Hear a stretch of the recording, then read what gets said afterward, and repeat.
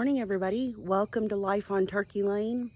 It is super early. Well, maybe not for you guys. I don't know what time you get up in the morning, but I'm out here early this morning. I wanted to go down to the garden. It's just after dawn, and it's not even 6 o'clock yet, so it's early.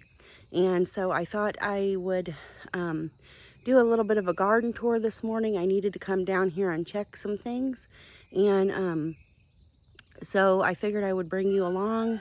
I've had a little bit of a more of a difficult time getting some videos in because Andy is now working days for the summer and he's home in the evenings, and so I'm having a little bit of troubles getting the time to get on here and chat with you guys. But we are outside this morning and I figured I would just take you along as we check on the garden. I want to check and see if we're having any luck with pollinators, because earlier in the spring I noticed that we were having lots of pollinators out here, but since the warmer weather has hit, I've not seen a whole lot, and so I'm just curious if our items are getting pollinated, so that we can get fruit off of them. So let's go ahead and take a walk down into the garden. I'm going to go ahead and grab my tripod and come down here. So I apologize for the shakiness of the camera as I walk down to the backyard here. And also I wanted to check some things out because we've not had anything really getting in the garden, but Andy planted some other potatoes out on the outskirts of the garden here, and we've had some things come in and try to dig some of those up. So but let me see if I can turn you around here and show you. I'm walking down by the golden fall raspberry. Okay, so there is our fall golden raspberry, and it seems to be doing really well. I was hoping to find some more berry plants to plant along this little trellis area here. I wanted at least probably 2 or 3 more, and Lowe's didn't really have anything, so I'm hoping to go back and maybe if they have any on sale can find something. But the raspberry for now looks like it's doing very well. At first we had a little bit of troubles with something wanting to dig the dirt up around it, but they have decided to leave that alone, and so it's doing pretty good. So let's head on further. Got a couple pallets out here. I think we're gonna, now the blue one we probably won't be able to use, but I think later on we're going to be doing a compost area, maybe with some pallets.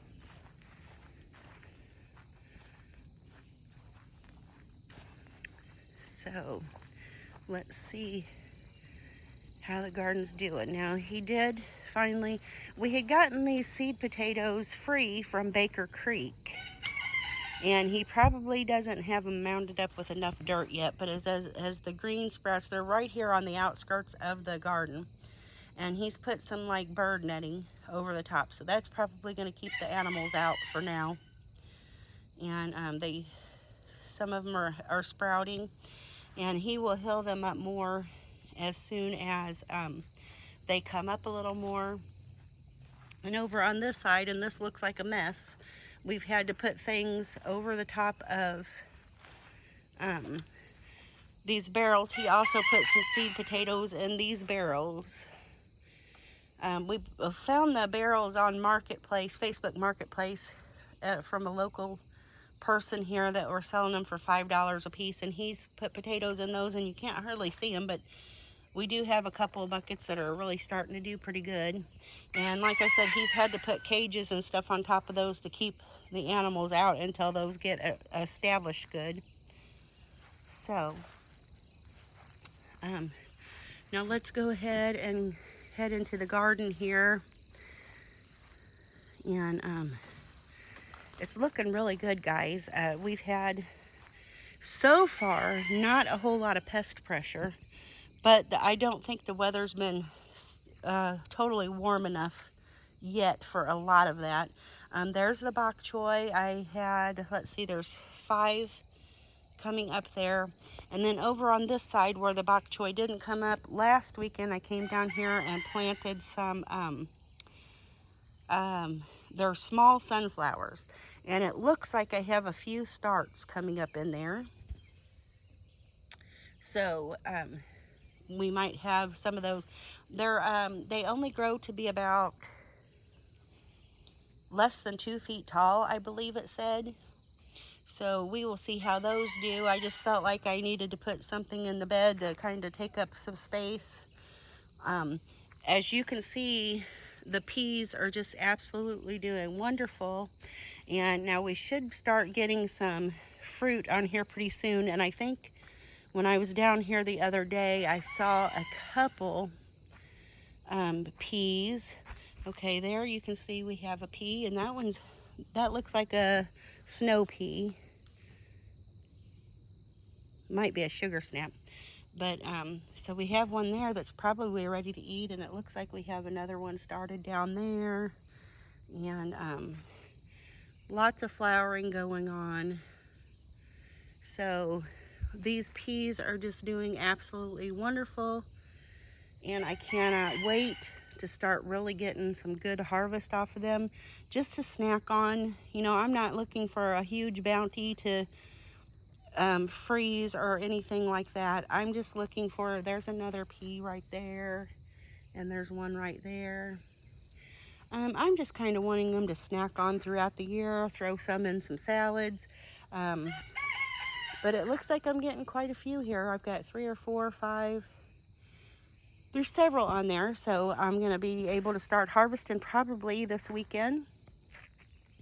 And the beans, these are bush beans. And I did plant some more bush bean seeds in between, and you can see the little mushrooms popping up in the soil, and that's perfectly fine. They're not going to hurt anything. They give good food matter to the soil and stuff like that.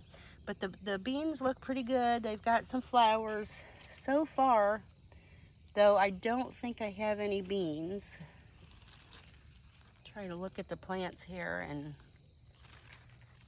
see if I can see anything. Now these are bush beans. They're not pole beans or runner beans really. That one's looking it's got a little bit of pest pressure on it, that something has kind of ate a couple leaves. That one's got some flowers, but I have planted some more seeds in between these, and actually that one no, that's just a runner off of this one. But there's a little bit of pest pressure on the beans. However, I will say I'm a little bit disappointed in the beans because they're just now really getting some size on them, and it could be because of the cooler weather that we've had. Because these beans are right about 50 days old, and 50 days it says on the package is maturity. And I've not gotten any beans yet. I don't see any. There are flowers. I do have flowers, but I'm not seeing any beans. So we shall see in the week or two to come and see how those do. So let's go back here to the pepper bed now. The peppers, you might see a little bit of darker soil on these few up here, around here. And I went ahead and spread some more compost and fertilizer along those because they were looking just a little bit yellow. And so I went ahead and did that to kind of give them some extra food and some extra care. And they seem to have greened up. I've got a couple bottom leaves there that it looks like there was a little bit of maybe some heat damage from. We sprayed them with Miracle Grow a week or so ago, and they might have got a little bit more than they should have on a couple of those. So that's probably what the few yellow leaves are from. But it looks like they're doing good. Now we did harvest the 2 small ones from these 2 plants because the plants are just a little bit too small yet to be really growing any peppers. And so far I'm not seeing, okay, I see there's a pepper there. That's a poblano getting ready to come on. And then this one, this is a jalapeno, and we have a couple small jalapenos growing. There's some dill down there at the end of the bed. But so far, these plants are doing really good. There's not a whole lot of pest pressure and bug bites on them. I mean, there's a few little bug bites, but these seem to be doing really, really good. Okay. And so yeah, that's the peppers. And this is a basil right here, and it was one of the puny basils that I had that I started earlier in the year, and it was looking pretty rough. And I've already harvested some off of it. Now it is getting a little bit of, I don't know if that's just dirt. Some of the leaves have a little bit of discoloration, but overall, everything seems to be looking pretty good. Okay, now let's go back here to the zucchinis and everything. Now all of the zucchini plants in these 4 tires were planted April 20th, and they are doing really good. As you can see, now the yellow squash, the yellow zucchini seems to have put on their flowers a lot faster than the green. And I'm looking at these flowers. Now some of them either haven't opened yet this morning or are already closed up. Now I will say, now this one is a male flower. You can see it's a male flower. There's just a stem coming off of it, and the stamen in the middle is the male. Now this flower back there is a female. You can see the little tiny zucchini on the bottom of it. And so I'm hoping that that gets pollinated. And I'm curious, see, I don't see any bees. It looks almost like a male flower, but it does have the little zucchini on the bottom of it to indicate that it's a female. And the plants are getting nice and big, and they look fantastic. I'm not seeing any kind of major pest damage or anything like that on them. This one too has a couple flowers. That looks like a male flower in there. I do see a couple female parts that are not flowering yet in there. And I don't mean to bore you with all of this. I'm just checking it out.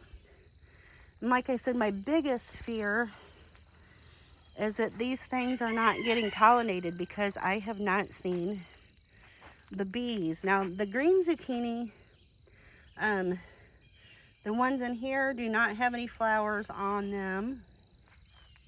And this green zucchini, only one of the plants has a flower on it right now. So let's see. And that is a male flower. And that's not unusual for zucchini plants. Usually in the beginning, they will produce predominantly male flowers. But then they should start to be producing here soon some more female flowers that will produce the zucchinis for us. But the plants are looking fantastic. And isn't the variegation on that leaf of these, the yellow zucchini, isn't that gorgeous? It's so pretty. So, and I don't mean to be swinging the camera around, but I didn't put it on my tripod this morning. Okay, so that's the yellow and the green zucchini. And now here is these potato buckets in here, and they are flowering.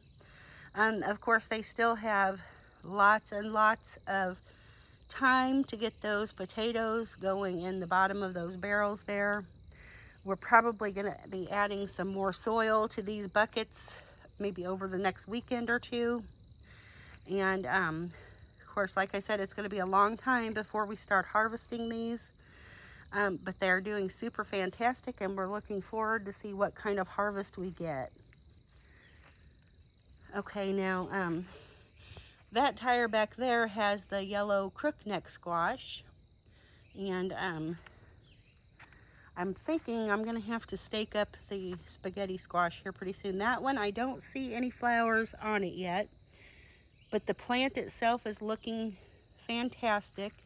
And so I'm looking forward to, and you can see weeds on the ground. This weed fabric has been down here for about 3 years now, and we're getting some weeds pop up in there, and that's okay. We're picking them as we go, and we're doing okay with that, and I'm not worried about it right now.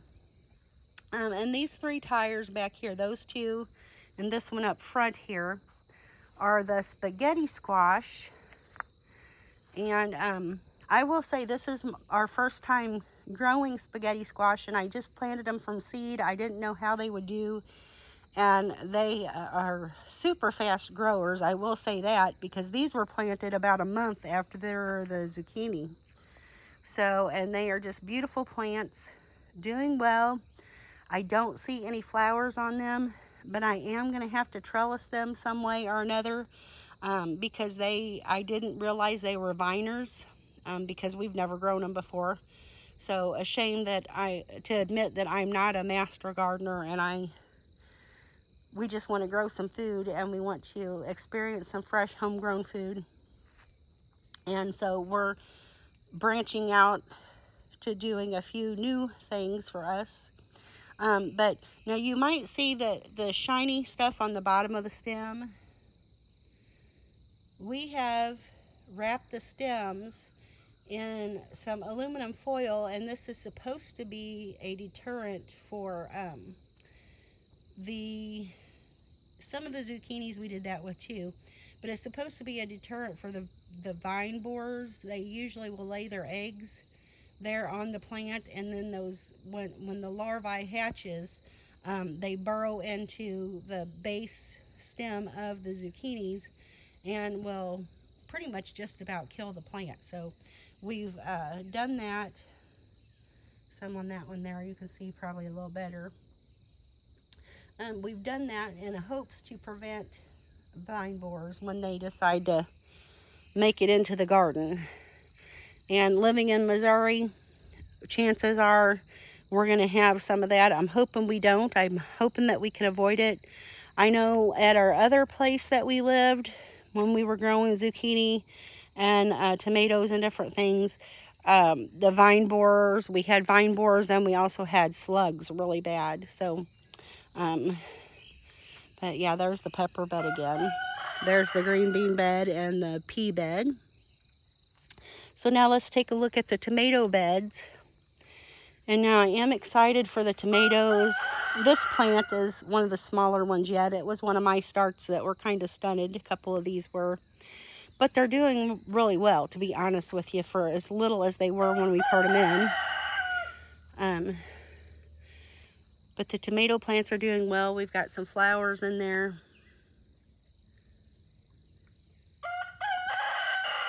And you can hear McGurk. That is why I call him McGurk, because he is noisy. And now you can see this plant here we have a couple small fruits on this plant.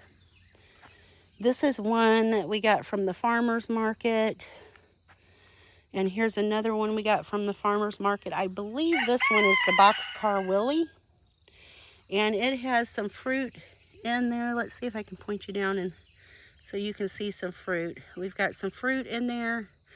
Got lots of flowers. But yeah, these are doing fantastic.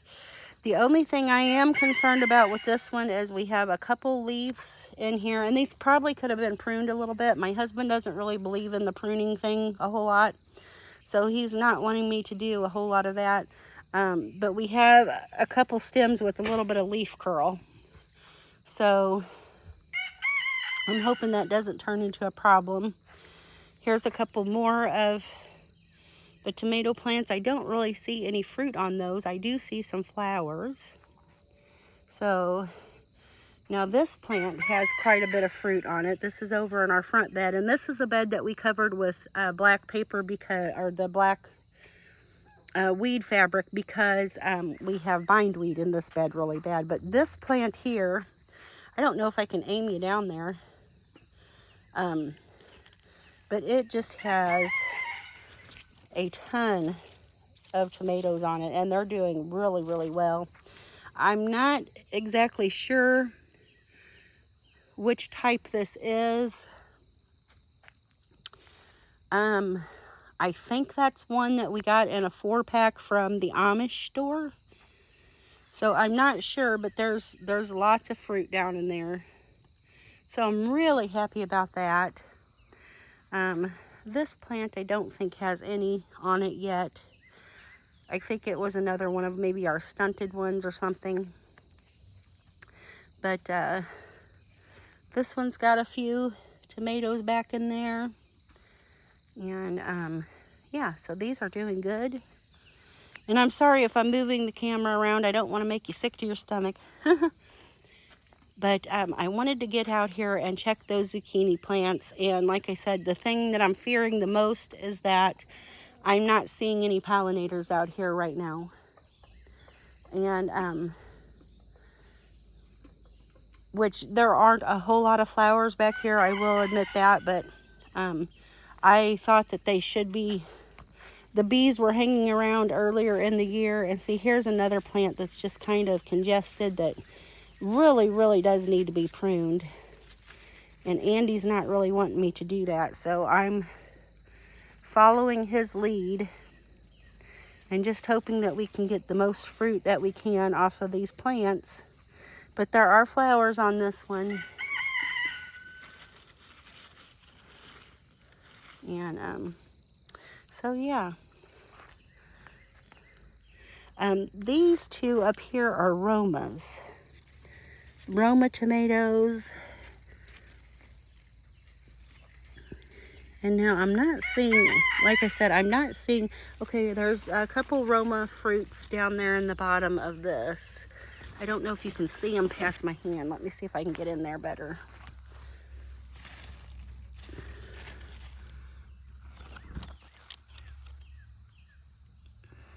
Okay, see, there's a couple Romas in there. Like I said, I just feel like these two plants up here are so congested. And then we also have, now this one's got a whole bunch of little Roma tomatoes growing down there. So I'm super thrilled to be having those. We like to have Mexican like tacos with Roma tomatoes. And we also, of course, Roma tomatoes are more of your paste type tomato that you can make tomato paste and different things out of. So I'm super thrilled to be trying those. And I'm thinking that we had a 4-pack of the Romas. So these other two up here might be Romas as well, but they don't have any fruit on them yet that I can see. Okay, yeah, there's a little bitty fruit started down there, but I'm not sure. It's not at the point yet where I can tell what it is. So let's see what we got here. Okay, yeah, so I think these are Romas because there's some Romas down there. So I think these 4 plants in the front are Romas. And like I said, this one plant out here in the front, I think over this weekend, I may try to prune it up some just because simply it's just looking so full. And I'm thinking it could use some air in there to breathe and all of that stuff, but we shall see. Anyway, guys, I'm super happy with this garden. Like I said, the only thing I'm real disappointed in so far, I guess, would be the green beans or the bush beans, because they have not put on any fruit yet. And today would be their fully mature day since I've planted them. But, you know, it's another week, you know, probably maybe another week, I should say, until they're fully mature because it took them probably a week to germinate. So, but anyway, we'll see if we get a harvest. And if we don't, we don't. But we're going to leave that up to the good Lord and let him decide. And we're just going to do what we can to try to take care of what he's allowed us to put in these beds and get these beds together and grow. And you know what? I think, now don't tell Andy, but I think I'm going to take one of these peas and try it. Now the peas are pretty much loving, I think, the cooler weather we've been having. It was hot the other day, but that's really been the only hot day we've had. So I think this pea right here, I'm going to go ahead and pick it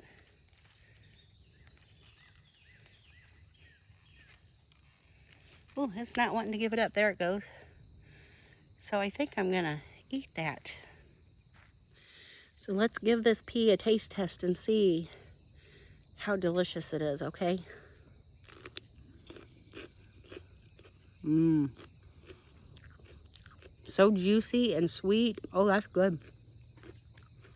Mmm. Perfect. And so I think the peas,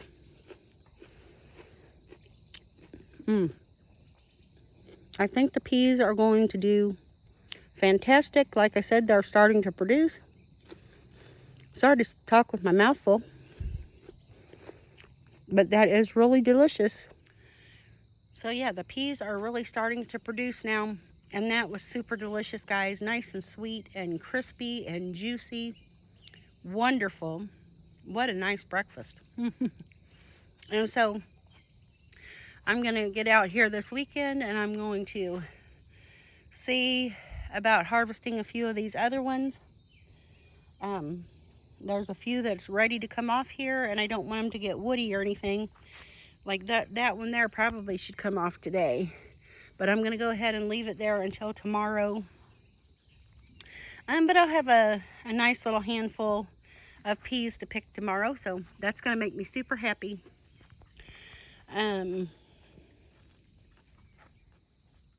Yeah, but that's how the garden's doing. I thought I'd bring you down here just to show you what's going on. Another thing I've never grown is bok choy, and so I'm excited for those. Now, those did take a little while to really get it started there, but they seem to be growing pretty nicely, and I'm happy with that. And so, yeah, there's the garden. Nice little June garden tour. So, I'll keep you posted on how this stuff is going to be doing. Okay, guys, so there's pretty much a garden tour for, we're just outside the first week of June, so things are looking really good, guys. I don't think I'm going to take you up on the porch this morning. I need to go in and get ready for work. It's Friday, and so I need to go do that. But I wanted to bring you along while I came out here just to check on things, see how it's going. And I think she's doing pretty good. I'm excited about this, and I'm hoping that we get a good harvest off of this garden. Like I said, we leave that up to the good Lord. He is the one who has provided this place for us. He is the one that causes the seeds to bear fruit, to grow and to bear fruit. And so we're leaving that in His hands. We hope to get a good harvest. But speaking of harvest, before I go here, let me talk to you a little bit heart to heart. I'm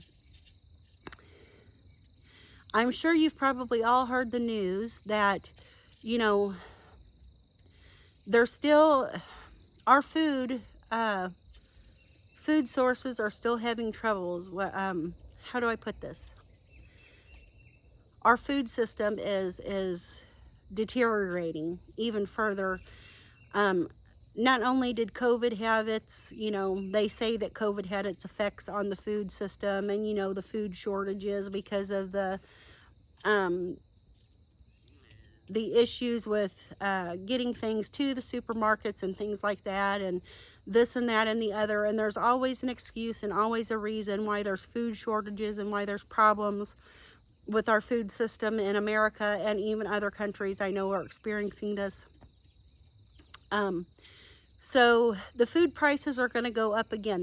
They've already increased double since, you know, COVID in 2020, and they're not going to stop anytime soon. And so if you have the opportunity to put something in the ground, whether it's on your back porch or if you have a garden plot, it's not too late in the year to go ahead and start a few things. But I do want to encourage you that if you have the means and you can't do a garden, that's fine. If you have the means, stock up on a few things, because the prices, like I said, over the summer are going to skyrocket again, and I don't think they're going to come back down.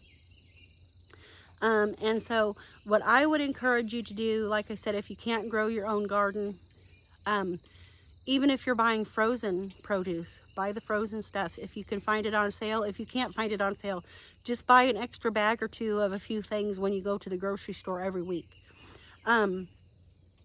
Also, I would encourage you to stock up on some dry goods that if there's some type of disaster in your area or in this country, we don't know what the future holds. There's lots of crazy things going on in this world. And so I would advise you, you know, to stock up on some dry goods. You may not like dry beans, okay? I get it. When I was growing up, I hated beans. I absolutely hated them. Now I love them. The way I fix them, we enjoy them. I make sure they have plenty of flavor and different things. But stock up on some dry beans. And now I will tell you that I've been buying a few bulk items from the Amish stores that we go to, but you may not have an Amish store in your area that you can buy bulk from, and that's okay, because I do know that you can buy bulk like on Amazon, Azure Standard, Walmart.com. Some of your local grocery stores will have larger bags of different things that you can stock up on. So I would encourage you, I'll give you a few things that you probably should start stocking up on and just keep in your reservoir in the event that maybe we have an electricity issue where you're not getting power. I would encourage you to stock up on things like flour and dry beans and rice and oatmeal. Things that are going to last you a long time, things that are sustainable, that will feed your belly and keep you full in the event that there's an issue. I would also encourage you, and I know a lot of the channels have been talking about doing these things, but I've not heard a whole lot of people talk to you about making sure that you have like an outdoor source of cooking. Get yourself a barbecue grill. Make sure you have plenty of either charcoal or propane. Just a place where you can cook food in the event that there's an electricity shortage. Keep yourself some bottled water on hand. And I'm not saying, I'm not a prepper and I'm not a gloom and doom type of person. I believe that, the Bible tells us that the good Lord takes care of his people, that he's never had his children starve. And so, but I also believe that the good Lord has given his people knowledge and a wealth of knowledge and the sense to help themselves. And so, like I said, I'm not trying to talk gloom and doom. I am just trying to talk some sense and let you know that, you may be a single person who doesn't have a lot of resources, but you still can, buy an extra canned good or two when you go to the grocery store. A lot of times you can, most places have local, like discount groceries. Probably just about every state has a discount grocery store, an Amish market. Now the Amish markets aren't necessarily cheap, but they do sell bulk goods. But there are also local food pantries and different things like that if you really do need some help. Don't be ashamed and don't be afraid to do that, but get yourself stocked up. You may not be able to have a garden like I have this year, and I'm so blessed that the Lord has finally granted us the opportunity to get this garden going. And I hope it produces, but if it doesn't, we have made plans. We've bought ourselves, and we still have some things to stock up on, but gradually stock your stuff up on some things. We've got I think we have 25 or 50 pounds of dry beans up there. We have 50 pounds of flour, and then the last time we went to the Amish store, I bought a 50-pound bag of rice. Also, you might want to consider stocking yourself up on some sugar, and like a cooking oil type thing, or like I know most people, and especially if you're looking at all the homesteaders and things, they want to buy everything organic and do everything, and I get it, okay? Organic is definitely best, but if you have to buy shortening, stock up on some shortening. It's pretty shelf stable for a good long time, and you can use it when you're making your biscuits. You can use it when you're, frying foods, cooking other foods. So stock yourself up on a few things, and so you'll be prepared in case there is a disaster or a food shortage again, or the prices go so high that you just really can't afford to buy anything to eat, okay? So anyway, just pouring my heart out to you. I hope you don't mind. I thank you for coming down to the garden with me this morning. I hope you're as excited as I am about the progress of this little garden here. And I thank you for coming and joining me here at Life on Turkey Lane, taking the time out of your day to listen to me rant and ramble. And I've got to go get ready for work now. I don't even know what time it is, but I'm sure it's time for me to get ready for work. And so I hope you have a wonderful, blessed day, and I'll see you in the next one. Bye, y'all.